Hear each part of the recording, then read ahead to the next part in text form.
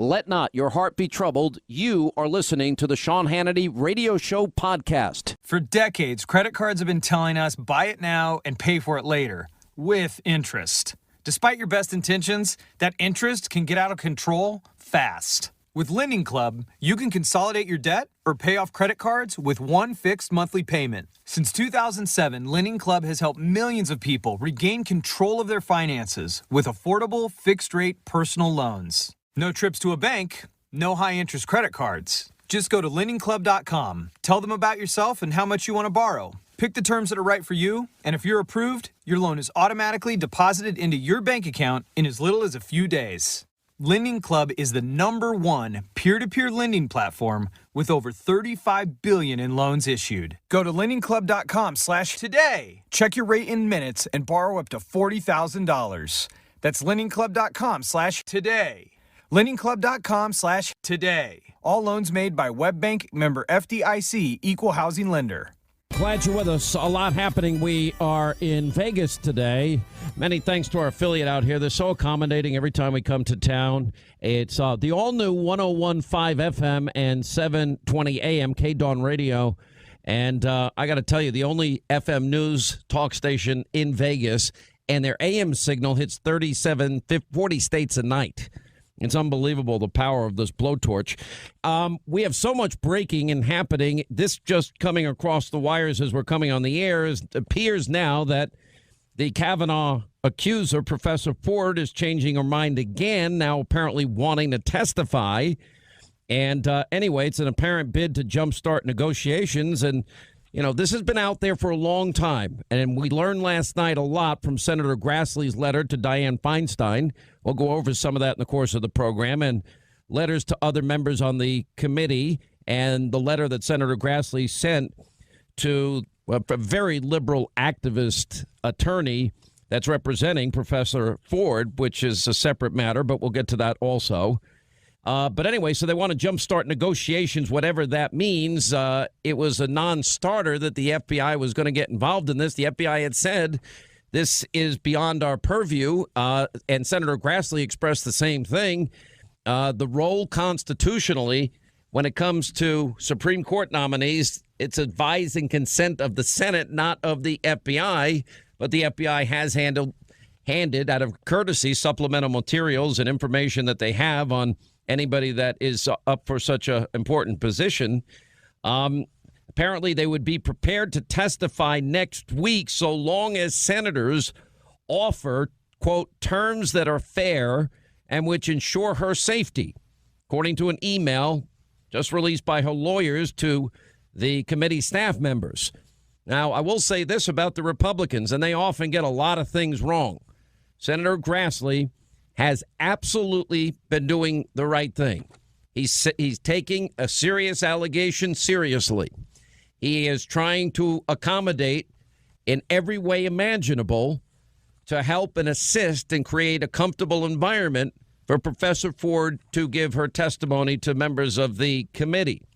Anyway, New York Times first got this email from Professor Ford's lawyer saying that testifying Monday, the timetables Republicans have set for the hearing is not possible, and the committee's insistence that it occur then is an arbitrary in any event. The lawyer reiterated that Professor Ford's strong preference that a full investigation occur before her testimony, wording stopping short of demanding the FBI probe, and suggested she is open to testifying without one.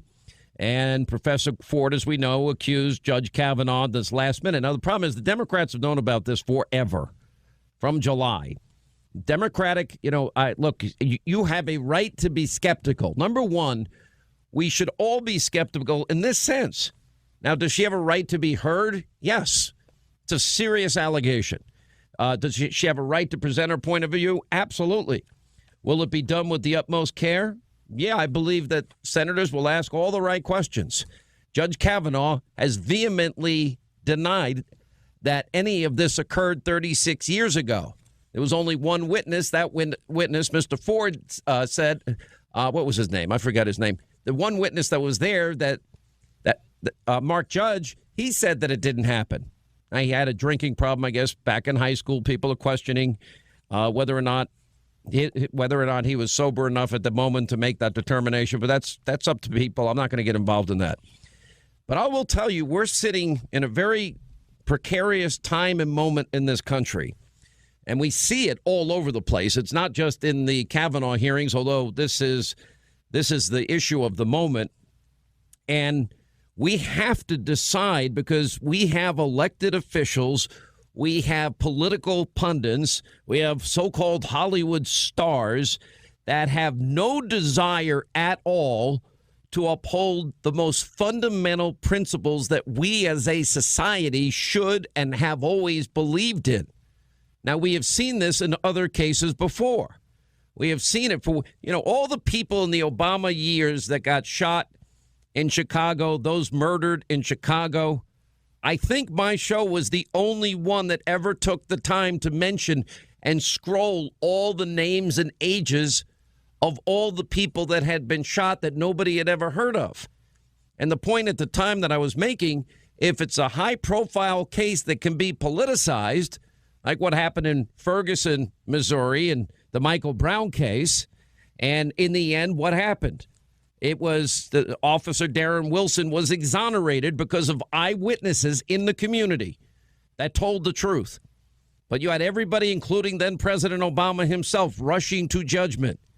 The same thing happened down in Florida with George Zimmerman and Trayvon Martin. The president weighing in again on that case, just like he weighed in on the Harvard professor case. The police acted stupidly, rushing to judgment. No presumption of innocence. No, not wanting to even hear somebody else's point of view. We saw that in Baltimore, Maryland, with Freddie Gray. It's the same thing. It's a different topic. But you have people now all over the place in this country, Democrats in this case. Sadly, it's obvious they're putting politics first, and that means above the rule of law, the Constitution, and the presumption of innocence. And they're rushing to judgment for political reasons.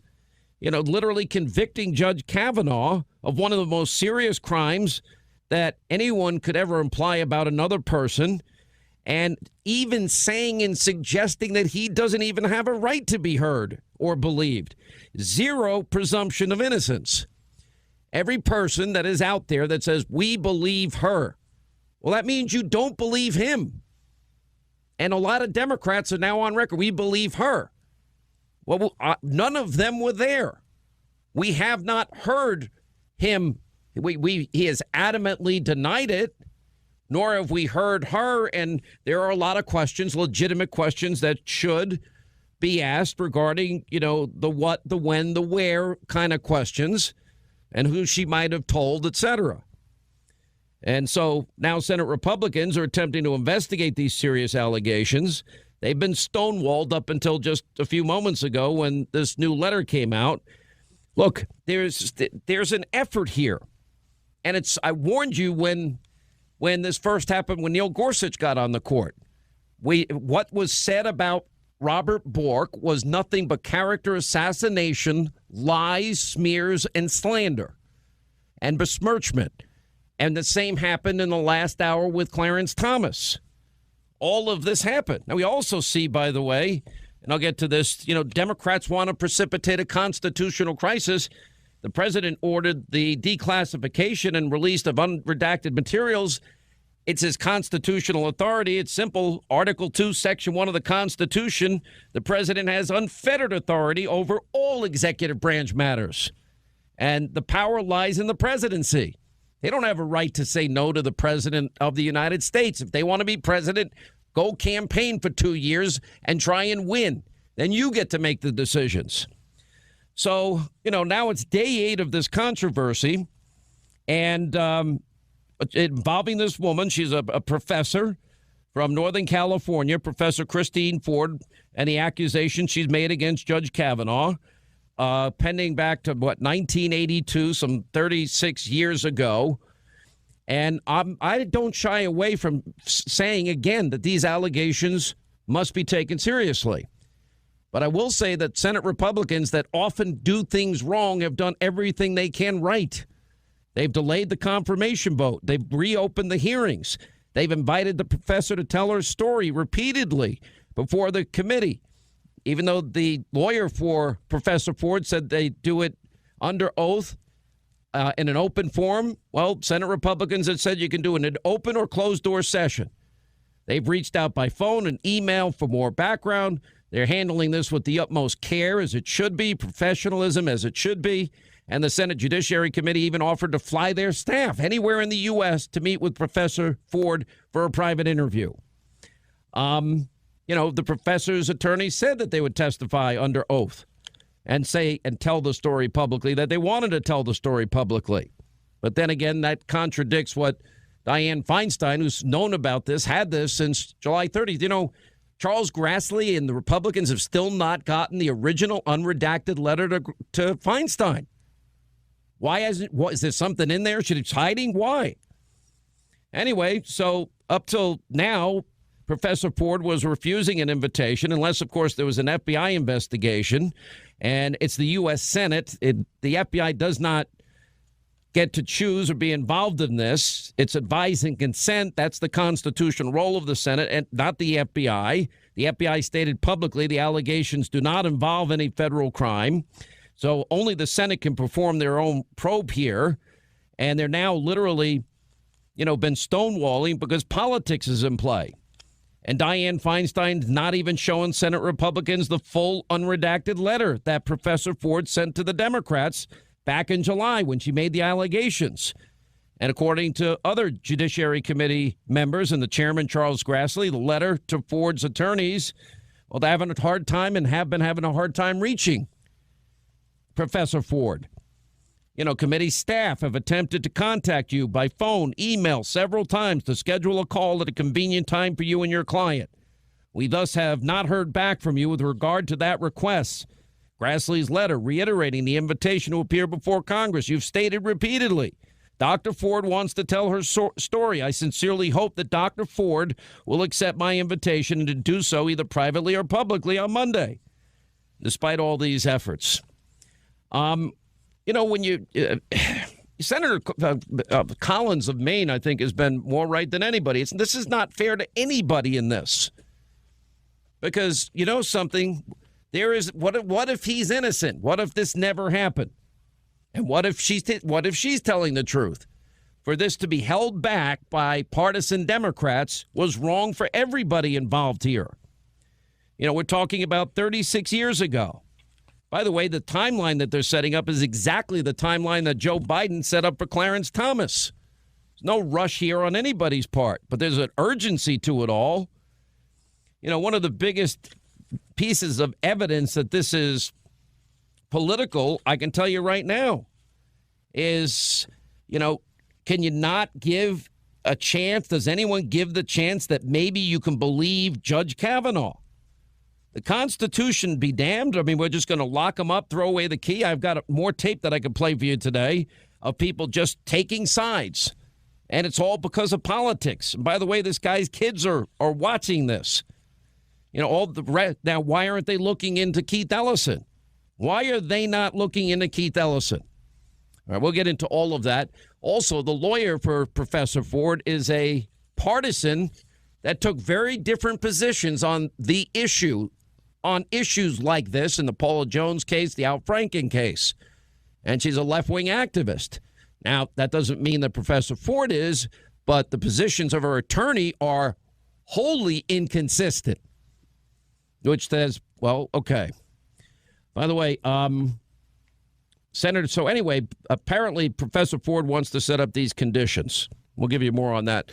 We got to take a quick break here. We are in Vegas, and 800-941-SEAN is our toll-free telephone number from the station KDAWN Radio we're at today, the new 101.5 FM and 720 AM KDAWN Radio.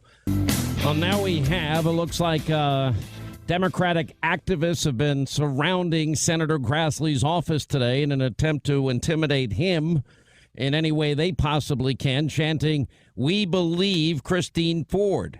And as they walk with their fist raised in the air into Grassley's office, some sharing their stories of their own stories. And Grassley is the committee. I think Charles Grassley has done everything possible. I think he's done the right thing. He's handled it professionally. He's tried to be accommodating, and he has been. But, if you look at some of the things of that, first of all, everybody that's saying, I believe her, why don't you just wait to hear from both sides and then decide? Why do you not believe in a fundamental principle that you have a presumption of innocence? You have Senator Mazie Hirono of Hawaii, telling men to sit down and shut up. Of course it helps that there are women on that committee, but you know what? I expect the men in this country and the men in this committee, and many of them, believe me, because we all signed on to this letter to demand an FBI investigation, but really, guess who's perpetuating all of these kinds of actions? It's the men in this country, and I just want to say to the men in this country, just shut up and step up. Do the right thing for a change. Shut up and step up. And, another unidentified female, we played this last night. When I see Republicans, what they're doing today, they seem tentative and nervous. And today, insisting in a bullying manner. Kristen Gillibrand, in a bullying manner. I think what Republicans are doing is outrageous. She actually said this. She goes, I wouldn't even appear. What are you talking about, not appear? Why not appear? This man's that. What about when she said this is a sham hearing? I don't think she should participate in it. I'm like, okay, nobody believes in the principles that have guided this country rightly for so many years, the presumption of innocence. And if you look at the entirety of Judge Kavanaugh's life, this is the anomaly. This is not what we've seen for 40 years. All right, 25 now till the top of the hour. 800-941-SEAN is our number if you want to be a part of the program. Many thanks. We're out in Vegas. The president has a rally here tonight for Senator Heller, who's up for re-election. And it's an important state, important race, and it's going to mean a lot, especially if Republicans can gain seats in the Senate, it's going to be huge. If they hold the House, you got to ask yourself a question. Are you better off than you were 2 years ago? Is the economy better off than it was 2 years ago? By every economic measure we have, the answer is yes. Are you safer and more secure than you were 2 years ago? I'd say yes with North Korea. I'd say yes, we're out of that ridiculous Iranian deal. I'd say yes because we've spent $3.5 billion beginning the process of building the wall. We have news out today. Jobless claims now have fallen to a 49-year low for the third straight week. That means the number of Americans filing applications for new unemployment benefits, a 49-year low.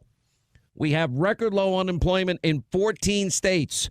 Record low unemployment when you break it down demographically for African Americans, Hispanic Americans, Asian Americans. For women in the workplace, a 65-year record. For youth unemployment, 51-year record. The Dow has also hit a new record, surpassing even January's level. Apple rising. And by the way, all the information about China you've been hearing about, well, China's stock market is in a free fall. What does that mean? That means that they're pretty soon going to make a phone call to Donald J. Trump, and they want to sit down at the table, and we're going to get a better deal from them. Look at Florida. I see it's a close race in Florida with Tallahassee Mayor Andrew Gillum and Ron DeSantis. Well, Gillum, for those of you in Florida, he wants to hike Florida business taxes by 40%. You're going to pay 40% more on everything you buy. Now, by the way, you say, well, he's taxing businesses. He's not taxing me. Well, no, because business, they're not going to take a 40% hit. Business is going to pass that money, those increases on to you. So the people of Florida will be paying the 40% increase. We'll see how that. I'm not a believer. I think Ron DeSantis would be a great governor in the state. Rick Scott, a great senator. That would be a pickup for Republicans if he could win that. I see that Claire McCaskill has rushed to judgment. She's not going to support Judge Kavanaugh. I also hear that I have little birdies telling me things, sources they're called. Well, Hannity, you're not a reporter. You're not a journalist. No, I'm a talk show host, but as part of my duties, I do journalism. Part of my duties, I do investigative reporting that my fellow overpaid and lazy colleagues can't get off their ass and do. We do their job for them. We've broken more stories in the last 2 years than they ever did. We vetted Obama more than they ever dreamed of vetting Obama. They were just sycophants, not doing their job. Yeah, so we break a lot of news. And my sources are, they give me a lot of good information. Right now, the generic ballot has been reduced to 4 points. What about the big blue wave? That means it's preventable. Right now, the latest generic ballot poll, is only 4%. That's it. This is the Economist YouGov poll released yesterday. 45% of respondents said they'd back the Democratic candidate in their district, 41% the Republicans. But you're going to have to ask a question. Are you better off today? Is the country better off today? Is it safer today in America? We're building a wall. Little Rocket Man's not firing his rockets over Japan and threatening Guam and the entire region and the Korean Peninsula, even China and Japan. Are we better off? Yeah, we're better off. Are we better off that we're not dealing with maniacal Iranian mullahs? Their economy is collapsing because of the Trump economic pressures and sanctions that he's put in place. And if you don't think your vote matters, if you think 2 years of investigations of Robert Mueller and his merry band of Democratic donors is bad, imagine Adam Shifty Schiff and Nancy Pelosi, I want my crumbs back as Speaker. I mean, because their agenda is clear. They want to impeach Trump. They hate him. They want to destroy him. They want their crumbs back. Well, the crumbs, that's $2,000 in the average family's pocket. It's not exactly crumbs. She describes the tax cuts as crumbs, but that's real money for real people living real lives that, aren't as wealthy as Nancy Pelosi. We have more jobs available in this country than we actually have people on unemployment. That's never happened. Another record that we're setting. You look at the politics out of Texas. Now, this was fascinating. There was a Senate district race in the state of Texas on Tuesday. It is an overwhelmingly Hispanic district. It's a district that Obama carried by 55%, Clinton 54-42, and a Republican won that state Senate seat. By the way, that's 139 years since a Republican last held that seat. And if you can look at the statistics, it's 66% Hispanic American, 73% Black Hispanic American, and it covers 80% of the Texas 23rd district, which is currently held by a Republican. But anyway, this was a massive win. This is a massive turnaround. By the way, a lot of people have been worried about Senator Ted Cruz, and I think you should be. You got, a very charismatic leftist liberal that is going to vote lockstep with every other liberal Democrat. Might as well be voting for Chuck Schumer if you vote against Cruz. Ted Cruz has been a vital partner for the president. But the key question, DeRoy Murdoch had a great piece of, are you better off than you were 2 years ago? We just hit 4.2% GDP growth. Obama's the first president, and he never hit 3% GDP growth in a year. This is a guy that said, those manufacturing jobs aren't coming back. We've created in 2 years more manufacturing jobs have come back than we've had combined in the last 30 years. 4.2% growth. Obama couldn't get what? He's the only president never to reach 3% GDP growth in a year. The Atlanta Fed is predicting 4.7% for the third quarter. So the economy is humming. Median household income was 60 grand in 2016. Now it's 61,372. Up an inflation adjusted 1.8%. Hourly wages are up. Unemployment is down the lowest it's ever been. Job claims lowest it's ever been. Consumer confidence an 18-year high. Home ownership rate has now risen to 64%. Home ownership rate under Obama was awful. He put 13 million more Americans on food stamps, 8 million more Americans in poverty. Guess what? We have 4 fewer million Americans on food stamps today since Trump's president. We have 4 million new jobs created in 2 years in this country. It all makes a difference. By the way, Gallup had a poll showing you, the American people, expressing record levels of satisfaction with the economy. 2/3 of you. I mean, it's the Gallup organization. Americans are happy with the booming U.S. economy, and a near record think the job market is the best ever. Well, it is. And it's the policies of the president that has got us here. Yeah, I know he tweets something that occasionally you don't like, or says something you don't like, or he fights back and he annoys people because he fights back. All right, fine. Are you better off than you were 2 years ago? Is the country safer and more secure in relation to Iran, Russia, China, and North Korea, and building the border wall? Is the economy better off than it was under Obama? Yeah. The lowest labor participation rate since the 70s. Lowest home ownership rate under Obama in 51 years. He accumulated more debt than every single president before him combined. He's the guy that said in 2008, $9 trillion in debt. That's irresponsible. That's unpatriotic. Well, he gave us more than $9 trillion himself. He left with $20 trillion in debt. The way Bush has done it over the last 8 years is to take out a credit card from the Bank of China in the name of our children, driving up our national debt so that we now have over $9 trillion of debt that we are going to have to pay back. That's irresponsible. It's unpatriotic. 20 trillion is what he left with. So let me go back to everything that is saying that you hear the left. Let's play a little bit of the left, the Democrats, the media, and how they all believe Professor Ford. No presumption of innocence at all. Listen to this. Well, it's definitely attempted rape. I don't see it any other way. I think it's appalling. And I'm totally disappointed that all these people who have come forward to say, oh, we should hear from her. And now that she's expecting a modicum of fairness so she's not re-victimized, are now saying, well, if she doesn't want to testify, we should just go ahead. That is additional callousness from my colleagues that I am totally appalled by. When I see with what the Senate Republicans are doing today, yesterday they seemed a little tentative and nervous, and today in insisting and even in a bullying manner that Dr. Ford proceed with the hearing on Monday, I think they're trying to scare her. Well, I think what the Republicans doing is outrageous.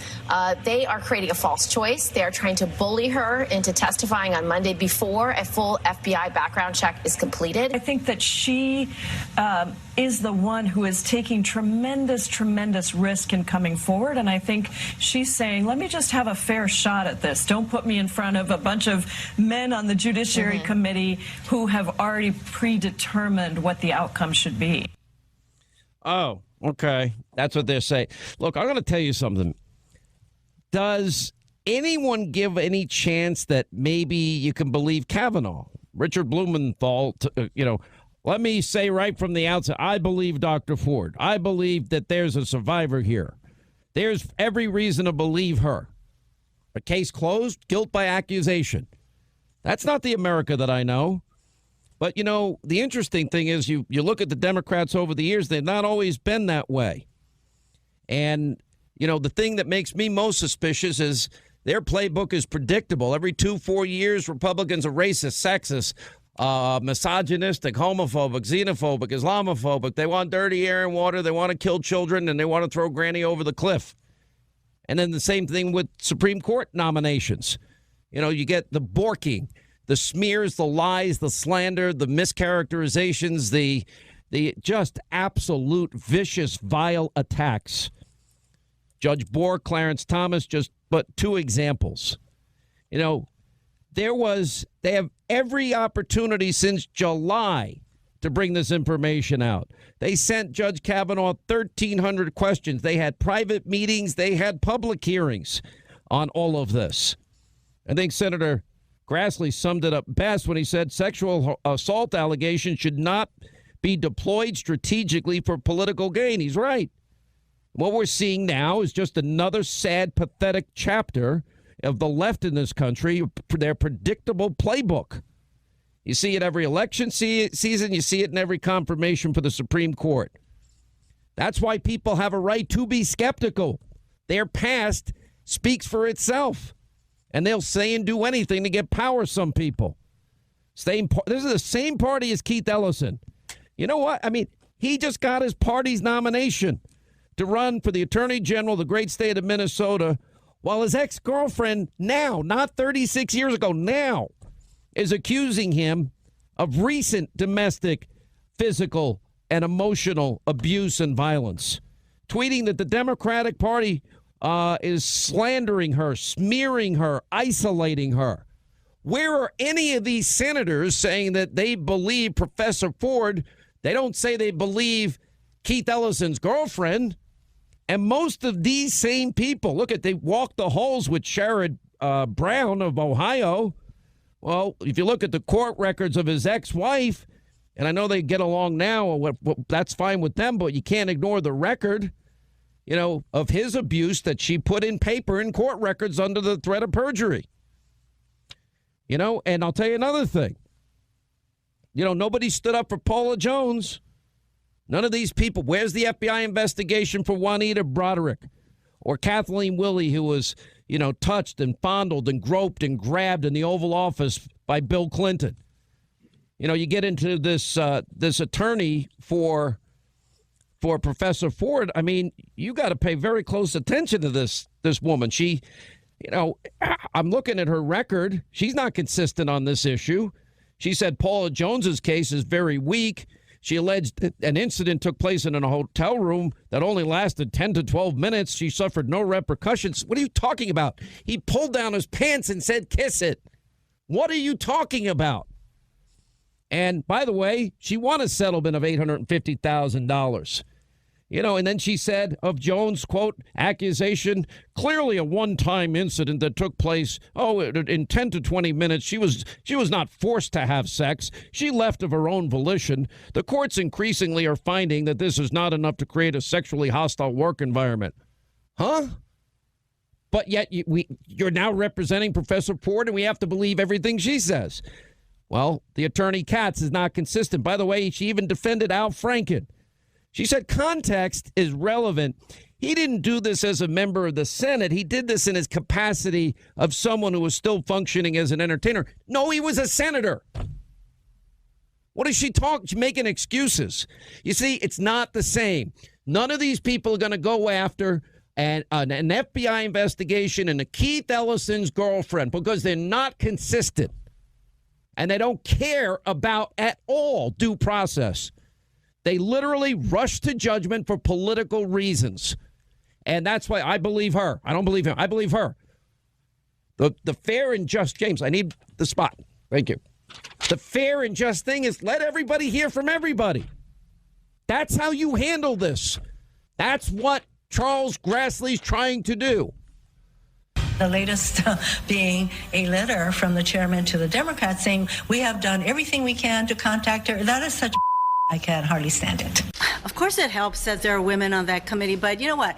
I expect the men in this country and the men in this committee, and many of them, believe me, because we all signed on to this letter to demand an FBI investigation, but really, guess who's perpetuating all of these kinds of actions? It's the men in this country, and I just want to say to the men in this country, just shut up and step up. Do the right thing. This is what I grew up with, that men are supposed to protect you from these predatory males. I do too. And they're not doing that. And believe you. On the contrary, But we have these people in Congress right now, in that Senate Judiciary Committee, these white men, old, by the way, are not protecting women. They're protecting a man who is probably guilty. If you're not Judge Kavanaugh, take the lie detector test. Yeah. Prove it the way she did and the way Anita Hill did, that they were not lying. Let's see that from you. Or are you a coward? Yeah. Dear Professor Ford. Dear Professor Ford. Dear Professor Ford. We know how difficult it is to stand up to powerful people. We want to thank you for publicly sharing your story of sexual violence. As members of the Senate determine whether Supreme Court nominee Brett Kavanaugh should serve as a Supreme Court Justice. The Supreme Court Justice. This context is critical. The behavior you described was wrong. Wrong, and runs directly counter to upholding the law and promoting justice. He should not be confirmed. He should not be confirmed. He should not be confirmed. We can also imagine how shocking and overwhelming it must have been to have your truth shared on a national stage without your permission. You should be the decision maker about how your story is shared, if ever. We applaud your courage in coming forward For the public good. And we will be with you as you face the inevitable backlash. The inevitable backlash. The inevitable backlash. You're strong. You are strong. And you are not alone. You are a survivor. A survivor. A survivor. And millions of us have your back. You and your testimony are credible. You and your testimony are credible. You and your testimony are credible. We believe you. We believe you. We believe you. Signed, your sisters. Signed, your sisters. Signed, your sisters. Signed, your sisters. Credible, we believe you, we believe you. Where's the presumption of innocence? What if people did an ad and say, we believe Judge Kavanaugh? I wonder how people would write in that case. Now, the people that have known him, because, listen, we're going to be blunt, nobody knows because nobody was there except one guy. And that one guy that was there said, no, I don't remember that at all. That didn't happen that I remember. And then, of course, the judges vehemently denied it. It's 36 years ago. She didn't tell anybody, as I understand it, till she went to this couples therapy in 2012 with her husband. And then some of the, she's saying that she remembered some of it then. Now, I wonder, where are these same people saying, we believe you, you're credible, saying it about Keith Ellison's girlfriend that claims she was physically and emotionally threatened and abused? This is happening now, and she may have pictures and videos to back it up. She has a doctor's report she put out from 2017. Did any of these same women say that they believe Paula Jones? Any of them? No, there was a Clinton smear machine that went out there and assassinated the character of Jennifer Flowers. Jennifer Flowers told the truth. It wasn't years later. Bill Clinton admitted, even though the whole campaign said he'd never had sex with Jennifer Flowers. Yeah, and eventually, in the Monica Lewinsky years, he had to admit, yeah, I had sex with Jennifer Flowers. Jennifer Flowers told the truth, but she was smeared. Paula Jones, look at the attorney for Professor Ford. Deborah Katz is her name. She's a longtime Democratic activist. Donated tens of thousands of dollars to Democrats. But if you look at her track record in previous cases involving sexual misconduct allegations, when they were made, well, this what she said about Paula Jones. Paula Jones' suit is very, very weak. She's alleged an incident took place in a hotel room by her testimony that lasted 10 to 12 minutes. She suffered no repercussions in the workplace. The allegation was Bill Clinton actually pulled his pants down and exposed himself and asked her to perform a sex act. And then she said of Jones's accusation, this is Deborah Katz, the attorney for Professor Ford, and she said, well, she wasn't forced to have sex. She left of her own volition. The courts increasingly are finding that this is not enough to create a sexually hostile work environment. Pulling down your pants and your boss saying kiss it, that's not a sexual harassment? So I guess she only wants people to believe the cases that fit her political agenda. Clearly the attorney has a political agenda.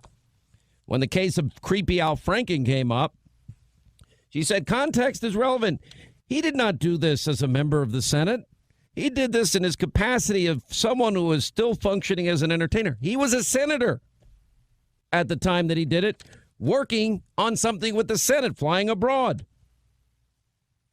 No Democrats ever demanded an FBI investigation for Paula Jones. She won her settlement, $850,000. Juanita Broderick accused Bill Clinton of rape.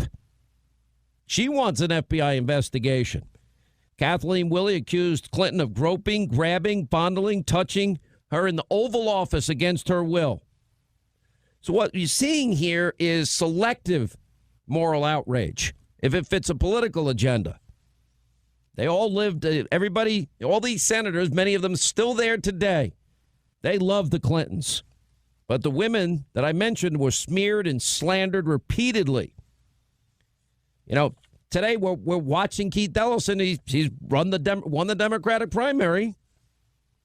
Any of these senators that are anybody, Hollywood people that say that Professor Ford's credible and we believe you, are they saying any of the same things to Keith Ellison's girlfriend?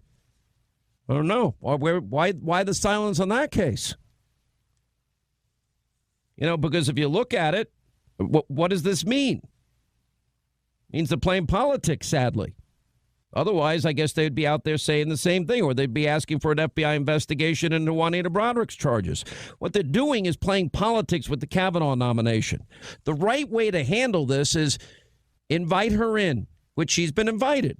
And by the way, we have some new details on that, which we're getting to them. We're going to talk to our friend, longtime friend of this program, Herman Cain, but she now has conditions.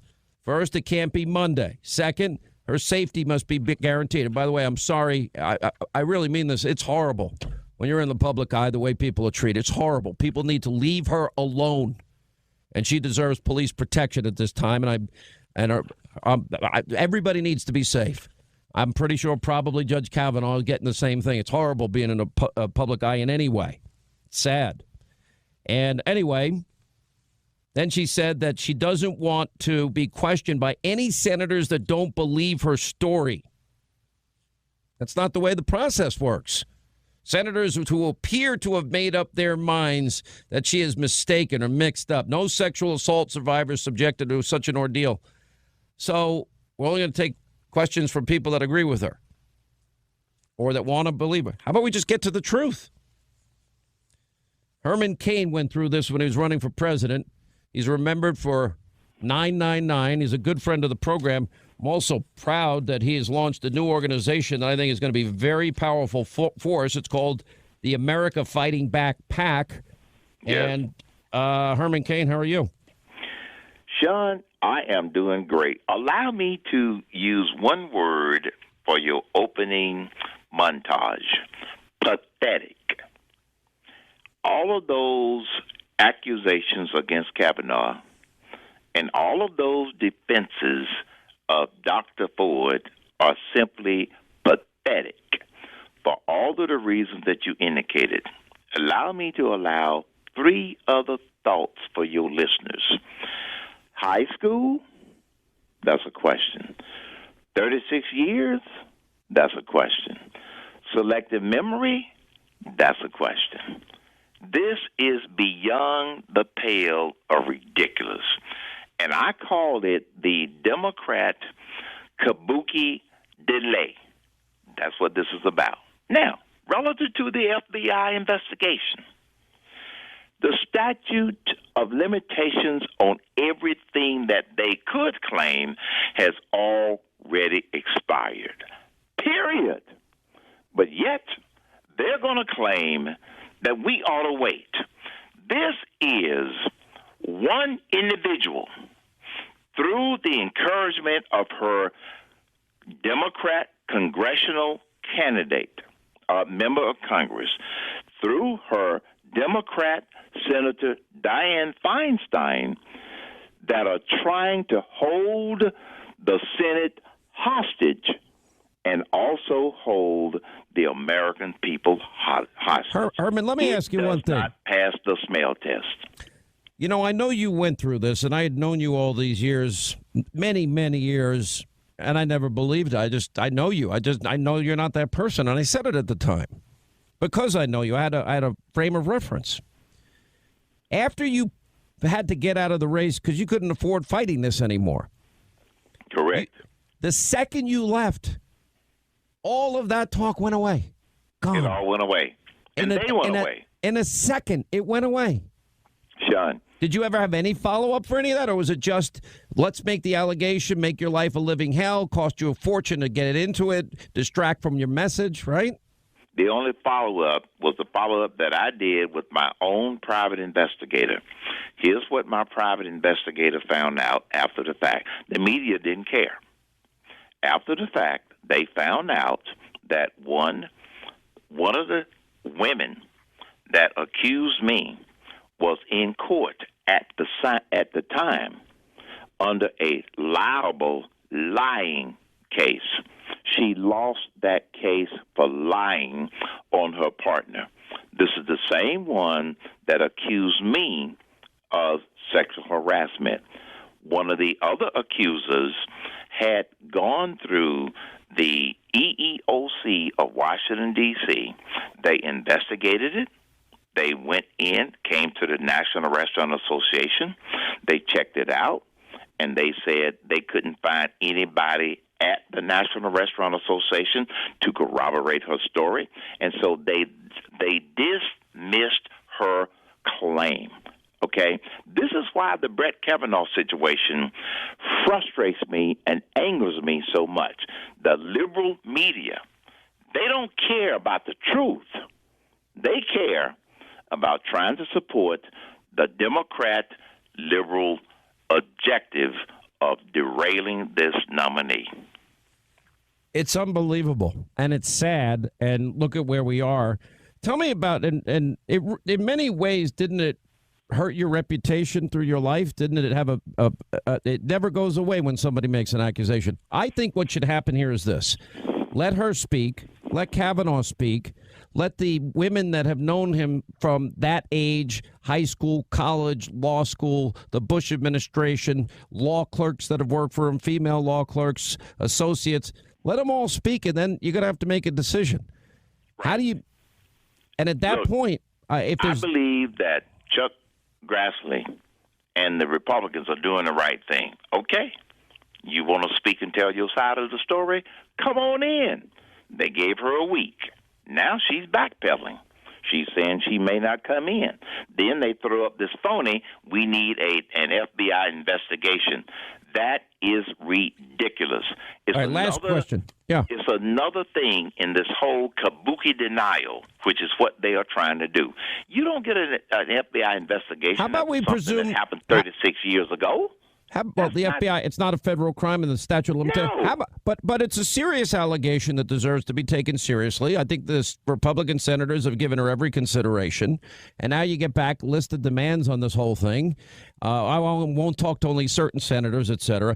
Tell me about the America Fighting Back PAC that you put together and how people can get a hold of you. America Fighting Back PAC is a super PAC. You can go to the website at AFB, American Fighting Back PAC.com, if you want to help us.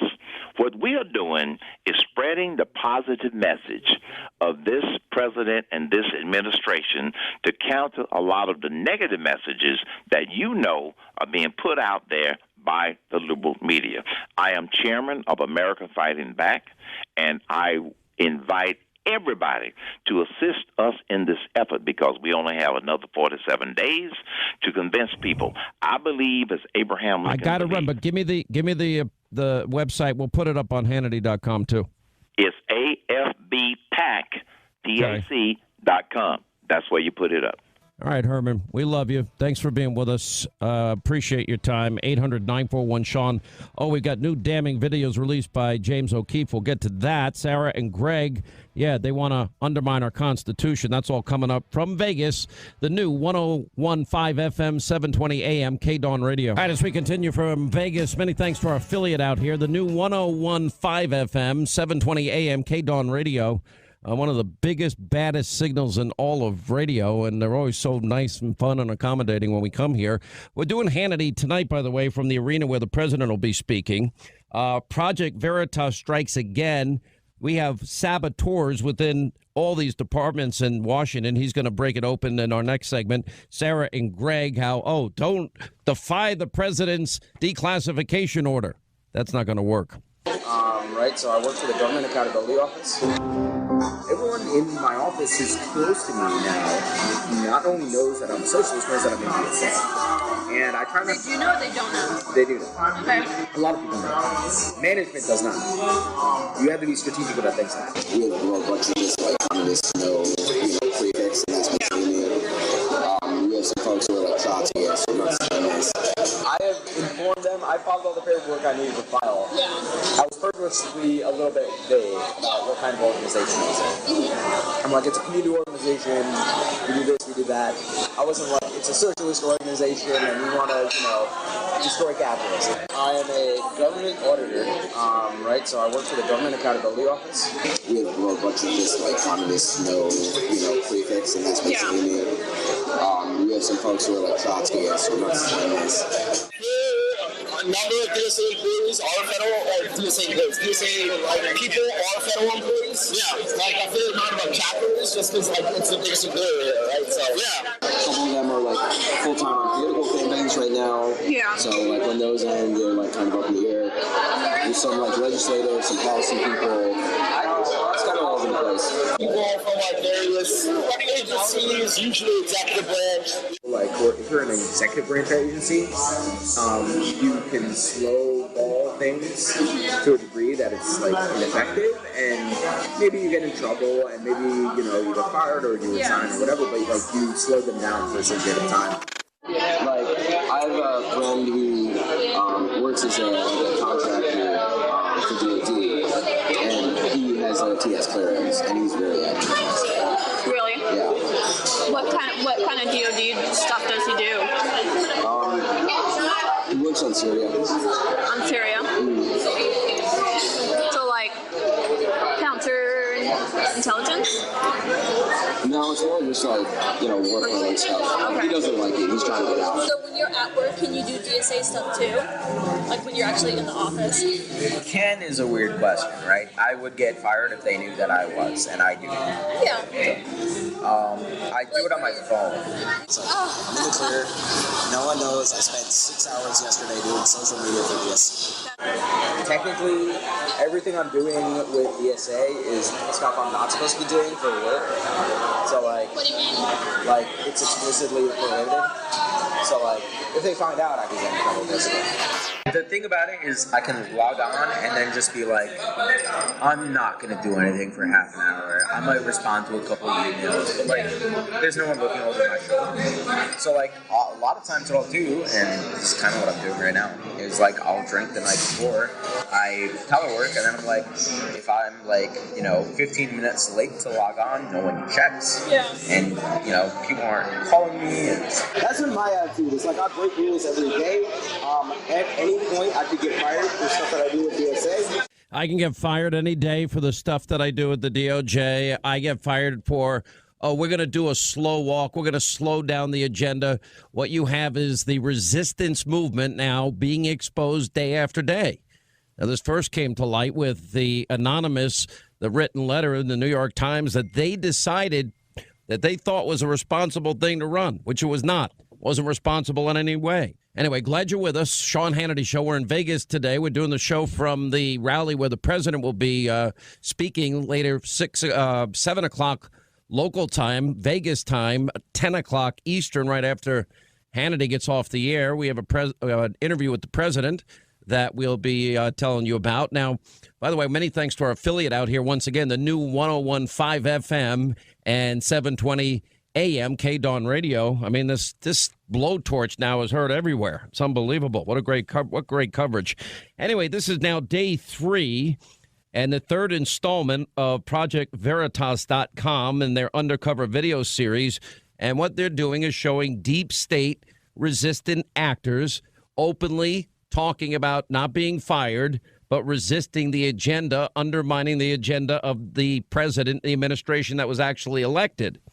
Now, if you remember, we first reported 2 days ago, it featured a member of the Democratic Socialists of America that were literally engaging in political activism while working at the Department of State. And then yesterday, they featured another individual that worked at the Department of Justice, also a member of the Democratic Socialists of America, and they were using government-owned software and computers advancing their political activism, which is the opposite agenda of what the president wants and what his State Department and Justice Department want. At odds with everything, and we're paying for all these people. Now, today's report, what you just heard, this was a conglomeration of the 3 reports.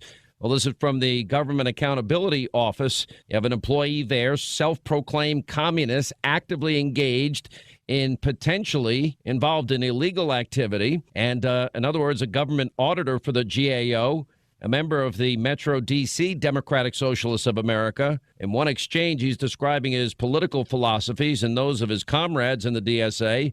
We have a bunch of just communists, no prefix, and that's pretext, and that's basically me.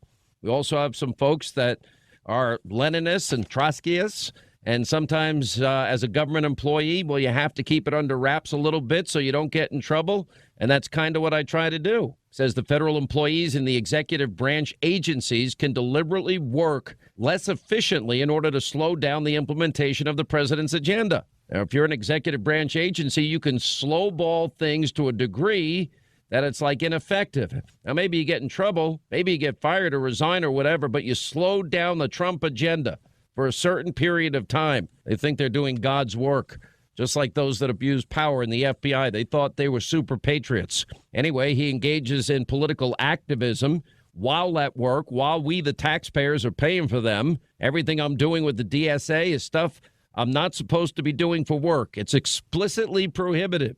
If they found out, I could get in trouble, basically. No one knows I spent 6 hours yesterday doing social media for the Democratic Socialists of America. Now, joining us now, he is the CEO of ProjectVeritas.com. He put all of this together. James O'Keefe is with us, and it even gets more disturbing, and I'll give you an opportunity to explain. Well, Sean, this is the third video in 3 days that shows there are federal workers working to subvert the very foundations of our government. And this is the most inflammatory piece yet. This self-described communist who talks about people with security clearances, as you hear this audio here, inside the Democratic Socialists of America, inside Washington, D.C. They all are federal employees working to undermine the Trump administration. But this guy, he says that he lies on federal forms, which is a felony. It's a violation of U.S.C. 1001. So he is probably the most amazing official yet. And we have statements, Sean, from all the agencies. Mike Pompeo has issued a statement last night talking about how he can't speak about it, but, you know, they're looking into the matter. We've got the DOJ is looking into the illegal activities of the Department of Justice official. The GAO has issued a statement about this person today saying they're investigating the issue. So everyone's taking it quite seriously, but it's time, Sean, for Congress to kind of buck up and do their jobs and provide oversight to what these agencies are doing. When are they going to get fired? With all due respect, I mean, they're even admitting in their own words that they know they can get fired or resigned, although one guy was pretty arrogant and said, they're never going to fire me. I can't get in trouble for this. Quote, everything that I'm doing with the DSA, the Democratic Socialist of America, is stuff I'm not supposed to be doing for work. It's explicitly prohibited. If I find out, I could get in trouble. Well, you're even saying that there are legal issues in play here, especially if people have security clearances. Well, there's definitely – it's a violation of a litany of ethics rules. The Yellow Book rules apply specifically to government auditors, and there's United States Code 1001 for lying on the forms. I'm hearing on Capitol Hill that this guy may have resigned. I'm trying to confirm that. But all these officials in these videos say, in every video, they say, I can't get fired for anything. The State Department guy was particularly egregious when he said, I'm a federal employee. We can't get fired. The DOJ official says, what's kind of lucky is at the DOJ we can't get fired. So they're using the rules of our government, the civil service protections, against the government. And it's kind of putting people all the poker chips on the table, and we're asking these congressional officials to do something about this, to make the reforms, Sean, because this is not just an isolated incident. This is an existential crisis. It's replacing the Constitution and the separation of powers for the people that we've elected in these agencies to be subverting the will of the voters. All right, we got to take a break. We'll come back more with James O'Keefe, Project Veritas. Your call's coming up later, and Sarah and Greg developing deep state story that some of the names you will most recognize in the deep state involved in a fraud and keeping two sets of books, if you will. All right, as we continue with James O'Keefe, Project Veritas, day 3 of his investigative series. Even in the application process, in the tape release today, I've filed all the paperwork I needed to file. I was purposely vague about what kind of organization the Democratic Socialists of America was. I wasn't like, this is a socialist organization and we want to destroy capitalism. But obviously that's what they want to do. Well, that was this ethics and financial disclosure forms, and Judicial Watch asked me, how did you get those forms? And this individual, this official, this auditor at the Government Accountability Office actually gave our undercover journalist the forms in an apparent attempt to impress us with his communist bona fides, giving us the forms saying, look, I lied on the forms, and I actually spent 6 hours at work yesterday doing Democratic Socialist of America activities. He also says that he's hungover, he stays home, nobody cares, nobody provides oversight. Sean, this tape is unbelievable. It's no, what one he of the says most is inflammatory things. Yeah. Yeah, he said, well, I can stay home. He goes, no one's looking over my shoulder. And, you know, like a lot of times what I'll do, and this is kind of what I'm doing right now, I'll drink the night before, I'll telework, and then I'm like, well, if I'm 15 minutes late logging on, nobody checks. And, nobody fully investigates. Nobody seems to even know what he does for the DSA. Right, and this is potentially felonious. This is criminal to lie. I mean, we talked about this the other day, that they're arbitrarily, selectively enforcing the law. Well, here's a guy who has to submit a financial and ethics disclosure form to the federal government. He's an auditor. He's a government auditor. He's supposed to provide oversight to our government, and he's lying to the government, not doing work, and conducting democratic socialist activity. And he admits that it's explicitly prohibited, and he says that nothing probably will happen to him. I mean, he said I could get fired, but you know what? No one's looking over my shoulder. So he's testing our system, and the Republicans, Sean, they have to do something about this. They have to do something. I don't have the power to compel them, but I do have the power to illuminate this and make it extremely clear to the American people just how rotten it is. Sean, the mainstream media. I mean, get this: the Washington Post wrote a very positive article in the print edition about these videos, Sean. Can you believe that? They're positive. They're actually saying, "Oh my goodness." Well, a couple of these reporters are asking me, "How did you get these guys to talk?" Because they're used to. By the way, I guess either hell froze over or they're out drinking late at night, because that's not their usual practice. Well, listen. I mean, when the information is this devastating, when it's so clear, again, we're not showing you anonymous sources. You can see and hear the sources for yourself. When you see the hubris, the lack of introspection, the greed, the arrogance, the I can't get fired, the I'm breaking the law, at a certain point, even journalists at the Washington Post say, good on you. You know, you got them. Enough is enough. Look, it's pretty scary stuff. I mean, just the whole thing. Now, we have a case, by the way, you remember this lefty woman who harassed the DHS secretary, may have confessed to a felony. And anyway, you want to tell that story out of the work that you've been doing? Yes, that's a very important point. So this was this video yesterday we released about this official, Allison Raybar, in the Antitrust Division of the Department of Justice. And in this video, she admits to running license plates and using LexisNexis, which her colleague says that she used the Department of Justice's LexisNexis to target Nielsen and target other conservatives in the government, to conservative private citizens. That's hugely illegal. That's a massive felony. And Sean, we did get a statement from the Department of Justice, and it was a very serious statement, and they're looking into it. I'm going to make a prediction here. People are going to get fired. This tape is too devastating. You can't survive these tapes. There's no way these people survive. Well, the question, Sean, is the tip of the iceberg. I mean, I am a small organization with limited resources, and for me to get so far now 4 officials and counting, it's unbelievable. All right, I got to run only for the constraints of time, but you can see all of this yourself on ProjectVeritas.com, Hannity.com. More coming out tomorrow? I'm not sure yet. I may hold until next week, but we'll see what happens to this guy today. All right, James O'Keefe, thank you for being with us. 800-941-SEAN, toll-free telephone number if you want to be a part of the program. Huge news as it relates with Judge Kavanaugh. Big breaking news on the deep state. Were there 2 sets of books kept by the top FBI officials we always talk about? That's next. It's a terrible precedent to have a president trying to make his own personal defense by playing with intelligence. This is quite lawless of the president to selectively declassify. You know, he's only putting forward to the American people what he believes helps him, completely and recklessly risking sources and methods who could be put at risk and have their lives at risk? I think Christopher Wray, Director of FBI, and Dan Coates, Director of National Intelligence, as well as Rod Rosenstein, who is overseeing this investigation, should push back against any directive that is going to have negative impact on our capabilities, as well as the investigation.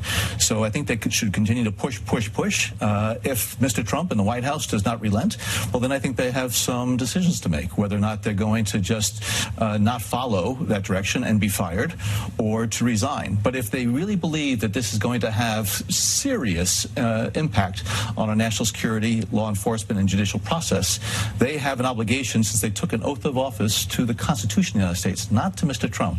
Declassify it immediately without redactions. Is there any national security concerns? No, and we've heard this same story over and over again. The same people that are out there that are running around saying, oh, there's national security concerns with this, we're going to reveal some sources and methods, happen to be the same people who are involved. They're either covering up for their agency or they are involved. And that's totally unacceptable. And this is why we have to continue to get this message out to the American people that have been force-fed this Russian Kool-Aid. This is just Russian Kool-Aid that was force-fed on the American people for 2 years. Do you believe people in the highest levels of the FBI and the DOJ committed crimes against the United States and tried to undo a presidential election? Well, I think many crimes could have been broken, and I have said this numerous times, that I don't know how DOJ and FBI investigate themselves, because they are all implicated in this. I'd like to see them do that, but they just are not taking action on it. As it relates, I want to make another point. The text messages between all of them and text messages they were sending. You don't get to send out classified information on your cell phone. It's not classified. If it's classified, then right there and then they should be held accountable, because they broke the law if they were sending classified information over cell phones. So that should be declassified immediately. All right, that was Congressman Devin Nunes. He is the chairman of the House Intelligence Committee, on with me last night on Hannity, and all the talk by this phony liar, Shifty Schiff, and others, oh, this is going to damage our national security. No, it's not, because almost the entire dossier that was used to obtain the FISA warrants was the Hillary Clinton bought and paid for Russian lies. And if they had news articles associated with it, they leaked the articles to create circular reporting, so it would seem like there were numerous sources, so they could commit a fraud on the court. And you've got the media and Democrats lockstep every single day out there pushing a phony hoax, what is a lie and a conspiracy about Trump-Russia collusion that never occurred. There's no evidence it ever occurred. Anyway, joining us now, investigative reporter Sarah Carter, Fox News contributor. She's with us in Vegas, as well as Greg Jarrett with us in Vegas. And, although not in studio here with me, but by the way, Greg's #1 New York Times bestseller, The Russian Hoax, the illicit scheme to clear Hillary Clinton and frame Donald Trump. He's going to be headed out to the Villages. If you live in the Villages or in Orlando, he's going to be there September the 26th, 7 p.m., doing a book signing and a speech. Thank you both for being with us. I thought Devin Nunes last night, Sarah, really, put to bed the lie that is being perpetrated in the letter that was sent out. Literally you have people like Chuck Schumer, Adam Schiff, Nancy Pelosi, Senator Warner, all saying, oh, this is dangerous for national security. And John Brennan similarly saying it. But yet they're lying to the American people, aren't they? They're absolutely lying to the American people. A number of people have already viewed these documents. They've already had time to review them. These are people with high-level TS clearance, top-secret clearance.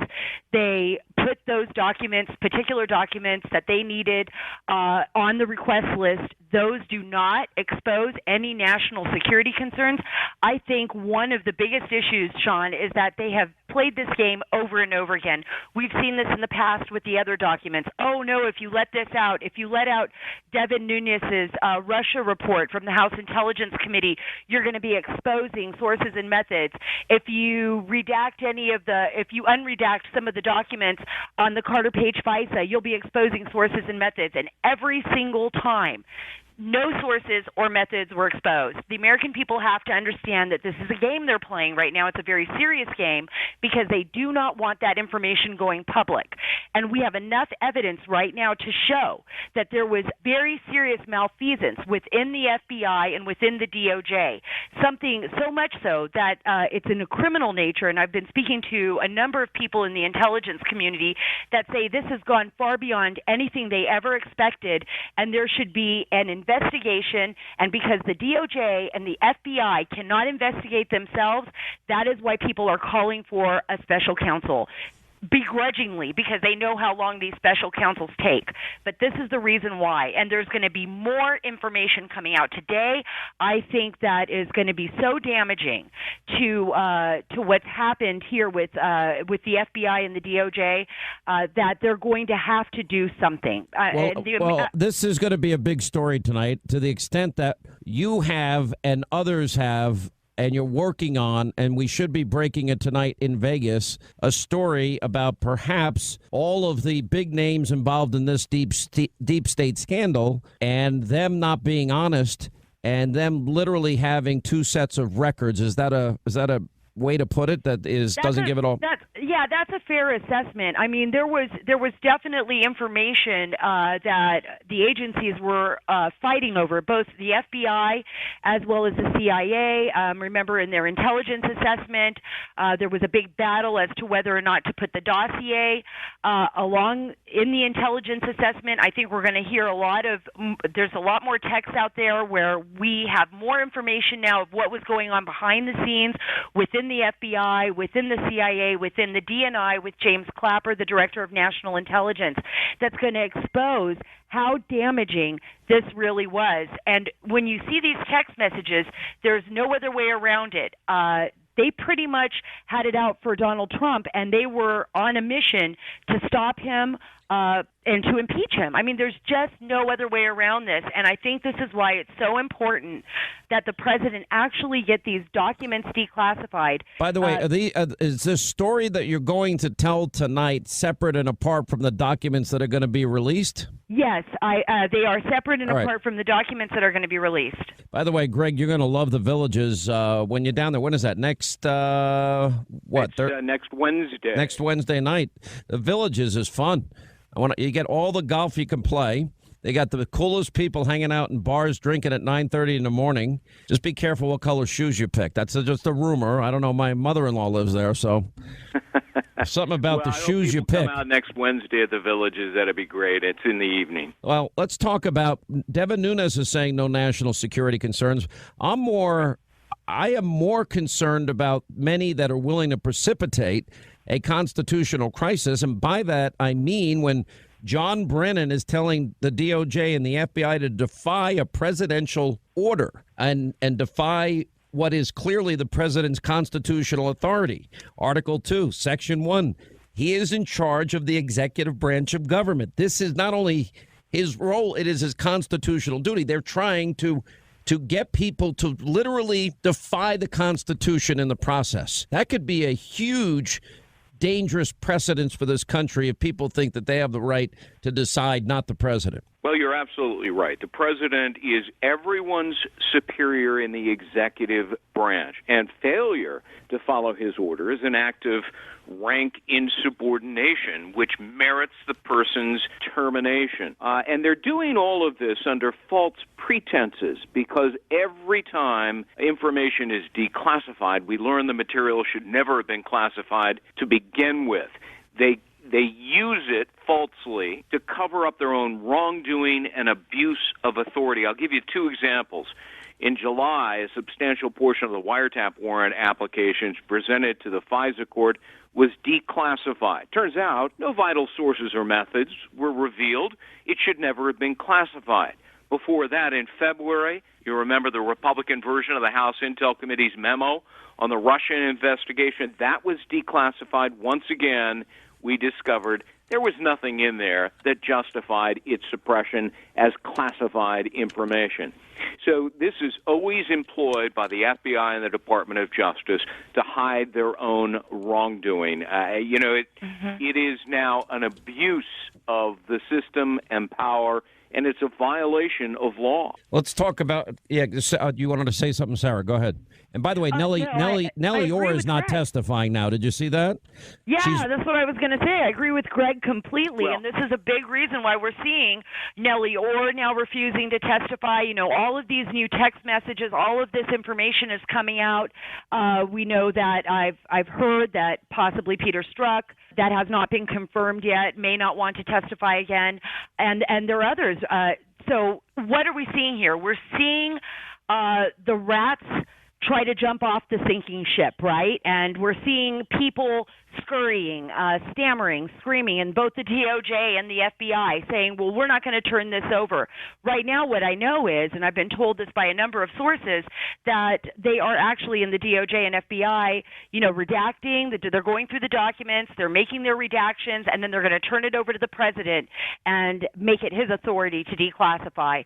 And if I was the president, I would declassify right away. I wouldn't play these games with the FBI and the DOJ. They're just trying to buy time. I hear they're coming out next week, and it's not going to come out all at once. Why is that? Well, they're going to come out in trenches because they want to continue to delay this as long as possible.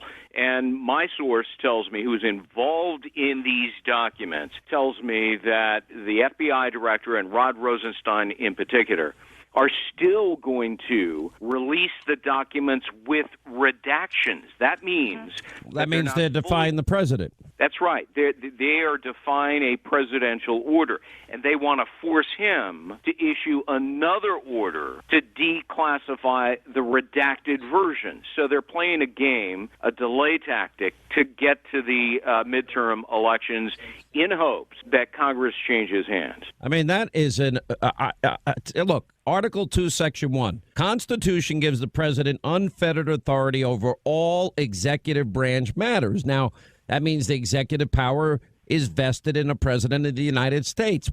Now, that empowers the president to do a lot of things. Executive actions, orders, memorandums, proclamations, directives to other executive branch officials to take certain actions or refrain from taking other actions. He is in charge of the Department of Justice. It's not the Attorney General. Can he, even if he wanted to, couldn't he tell the Attorney General to not prosecute a case or to look into a case? In fact, that's what Barack Obama did with a whole group of people who were here illegally in the United States. He issued an executive action directing that their prosecutions and expulsion be deferred.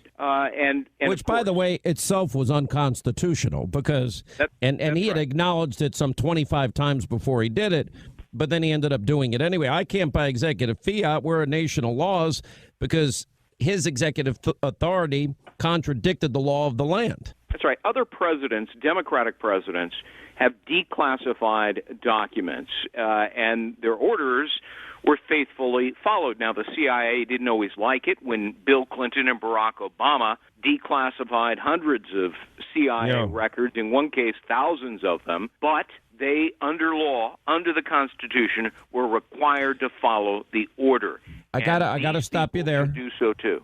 Quick break. Right back. More with Greg Jarrett and Sarah Carter as we continue from Vegas. 800-941-SEAN is our toll-free telephone number. We'll get to your calls at the bottom of this half hour and much more. All right, as we continue with investigative reporter Sarah Carter, #1 New York Times bestselling author Greg Jarrett.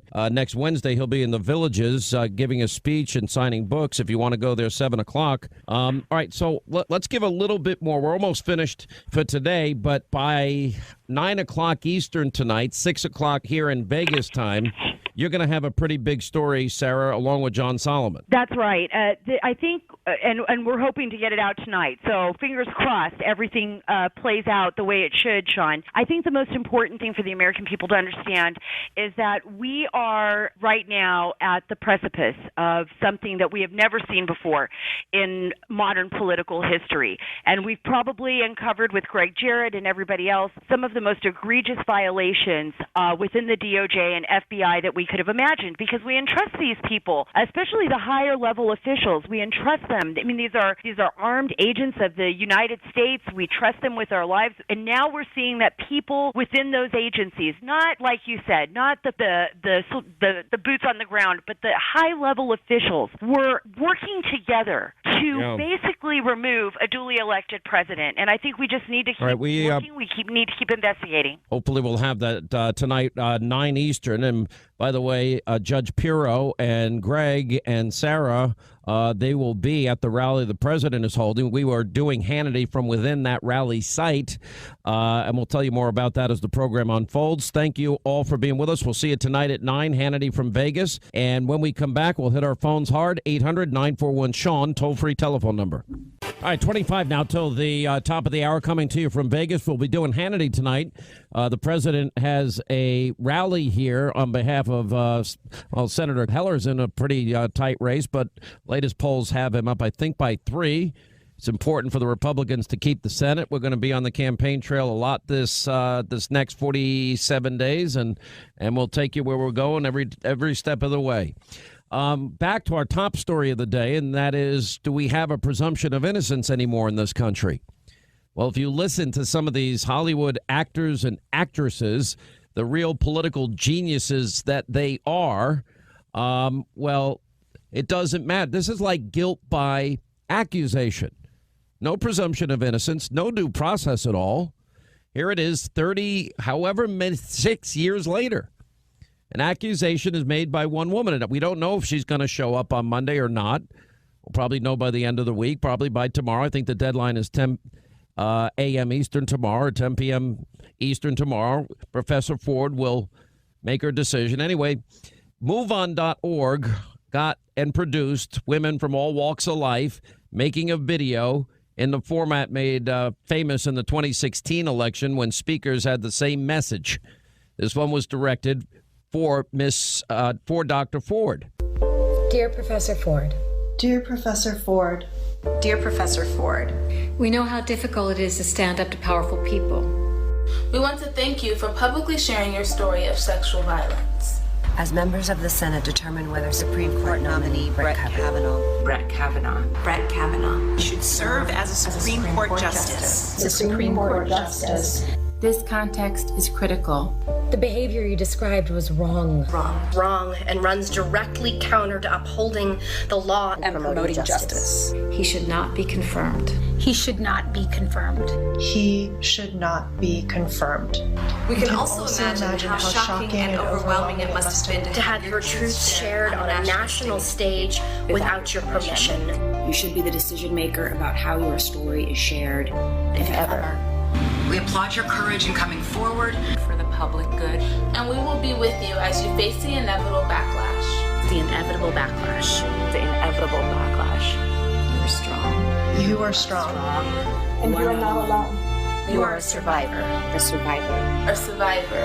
And millions of us have your back. Then you've got, on top of it, a bigger story that is emerging. Law and Crime is a website that has really good information on it. And at least one defender of the president's Supreme Court nominee, Brett Kavanaugh, believes it's not going to be long until the embattled judge is actually exonerated of wrongdoing and confirmed to his post. Now, this, by the way, is a former Scalia law clerk making that bombshell claim. Compelling evidence will soon exonerate Kavanaugh. We'll find out what that is, and we'll talk to Joe DeGenevieve, Victoria Tunsing. But first, I want to play the insanity of media, Democrats, all politicizing, all rushing to judgment. Listen to this.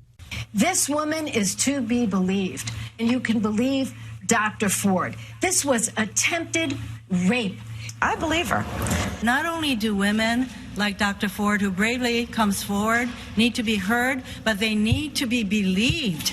You have no knowledge whether Brett Kavanaugh. It doesn't matter. I believe Christine Ford because when you to come forward, she has no. There's no enticements for her to come forward. By the end of the week, if Judge Kavanaugh decides he doesn't want to go through this, it isn't worth it. He doesn't want to. Maybe he can win, but he doesn't want an asterisk. I mean, it wouldn't surprise me if he chose to withdraw and chose to back down. All right, joining us now is Joe DeGenevieve and Victoria Tunsing. They happen to be married, but they are two of the greatest attorneys in the country and friends of mine as well. Joe, it was great to see you in New York last night.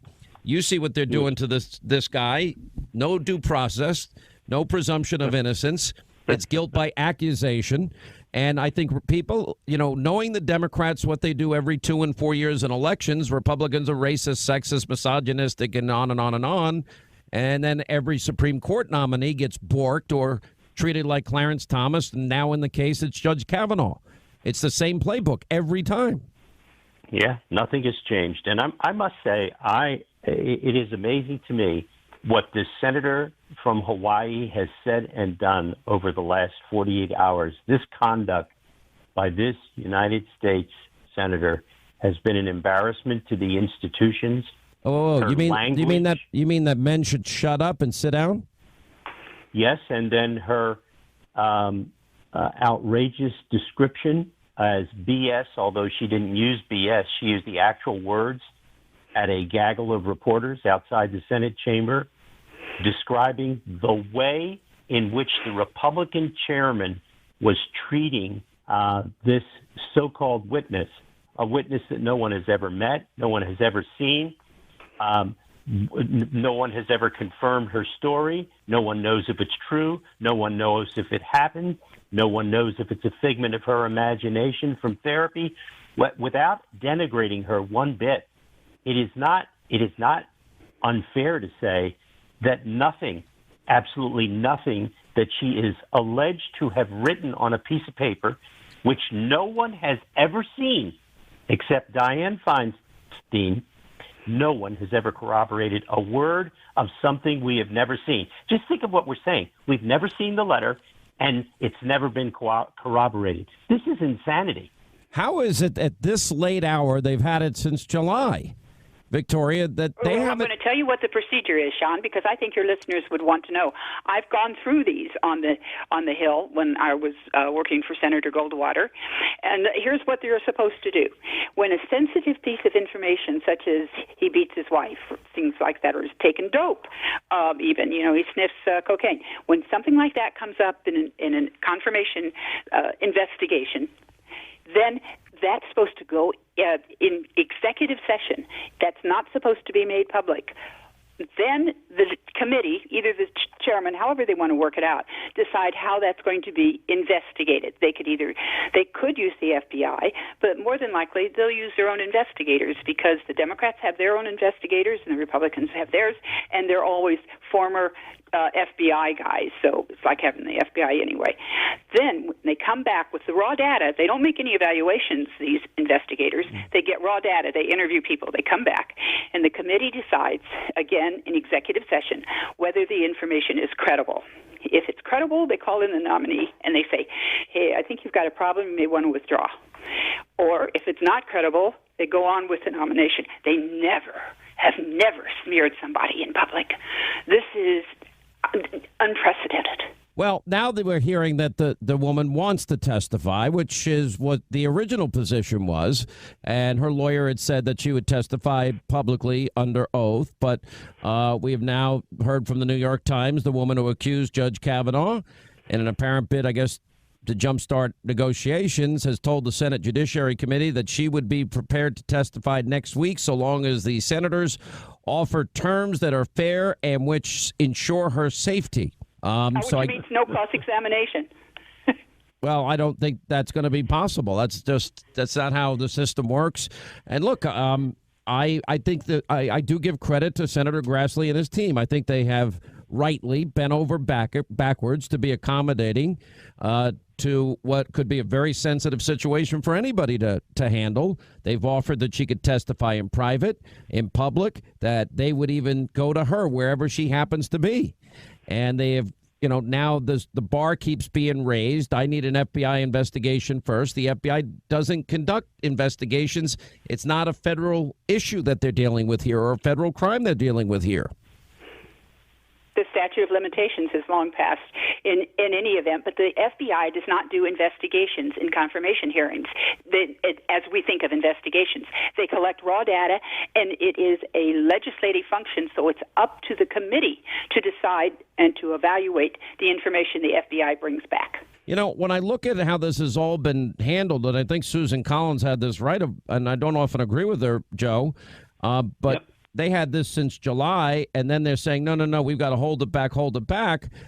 Why didn't they do anything in July? Why did Dianne Feinstein meet privately with Judge Kavanaugh on numerous occasions and not bring this up? Why didn't she bring it up in the public hearings? Well, one of the things that comes out of this is a rather fitting end to the career of Dianne Feinstein. Whether she's reelected or not, it won't matter. Her influence in the Senate has been diminished exponentially by the politically corrupt manner in which she has conducted herself in this. She has insulted the chairman, Charles Grassley, who is one of the nicest people you would ever want to meet in your life, an unbelievably good senator, one of the hardest working senators. She has treated him shabbily. She has disrespected the rules and the procedures of the committee. She has lied, in essence, by omission to all the members of the committee, and she has refused to turn over a copy of the letter to Chairman Grassley. I must say, I mean, she and the senator from Hawaii should be censured for what they have done. I really believe that the United States Senate should not tolerate this type of behavior by senators. One of the other ways that we know this is political is right now we have a high-ranking DNC official, number 2 guy at the DNC, Keith Ellison, who wants to be the Attorney General of Minnesota. He's involved in a case where his girlfriend, and they claim they have tapes and audios, and she released the doctor's report from 2017 that is consistent with her story. But right now, this woman, all these people going after Judge Kavanaugh that from 36 years ago, you don't hear a peep out of them as it relates to emotional and physical abuse of Keith Ellison, the allegation made by the girlfriend. I mean, you know, Kristen Gillibrand out there saying, I think what Republicans are doing is outrageous. They're creating a false choice. They're trying to bully her into testifying. They're not bullying anybody. They're trying to accommodate her in every way imaginable. But you hear all these, I believe her. And I'm thinking, wow. I don't think Dianne Feinstein had a moment of clarity and says, I don't know if this is true or not. I don't have all the information. I wasn't there. And then with the case. Ellison, yeah. Sorry. No, go ahead. Keith Ellison's girlfriend is going to have to get in line because it's the long double standard line behind Juanita Broderick, Kathleen Willey, Paula Jones. There's a whole bunch of women out there that if you're a Democratic male, none of these rules apply to you. And I fear, all of you mothers out there, fear for your sons if they're not Democrats because this can happen to them. Well, I mean, and by the way, isn't it funny that they're having second thoughts about having demanded that Al Franken resign? All of these women's groups are saying, well, you know, maybe we went overboard. Maybe we shouldn't have done that. This is fascinating. Sean, you were absolutely right. It's not a double standard. It's a triple standard, a quadruple standard. They are shameless. They are unembarrassed by their intellectual dishonesty. They care about one thing, power and keeping Kavanaugh off the court. The Republicans better get him on the court, and they better get him on the court fast. Well, I mean, they'll have an opportunity. Assuming this woman comes in next week, they could have the vote right thereafter. I'd also argue that in the subsequent 36 years that you could talk to other women, 65 of them that knew him at that time and paint a very different picture of this man. You can talk to his high school colleagues or kids he went to school with and fellow students in college and in law school and in the Bush administration and women that have clerked for him over the years. Everybody could do that, but I don't see any outrage from these very same people. But you have Keith Ellison is being accused of domestic, physical, and emotional violence against his old girlfriend, who actually tweeted that the Democratic Party, quote, didn't believe her claims, despite what is out there, including a doctor's report that she had told this doctor about the abuse in 2017. She's not believed. She's not even discussed. Nobody is saying anything against him. And look at the low standard of the accusation here. She doesn't know when it occurred. She doesn't know where it occurred. She didn't tell anybody else at the time. And the only two witnesses that she has said could verify it have both said it didn't happen. Yeah. I mean, do we have a presumption of innocence or not in this country? And why is it important? Not for Republicans. That's sad, but I think you're both right. Joe DeGeneva and Victoria Tunsing, thank you both for being with us. We really appreciate it. And we'll talk soon. 800-941-SEAN is our toll-free telephone number. We're doing the show live from Vegas tonight. Hannity on the road. Will be at the rally. We're live 6 to 7. The president will be on stage at 7 o'clock. We have an interview we set up with the president. We'll tell you more about that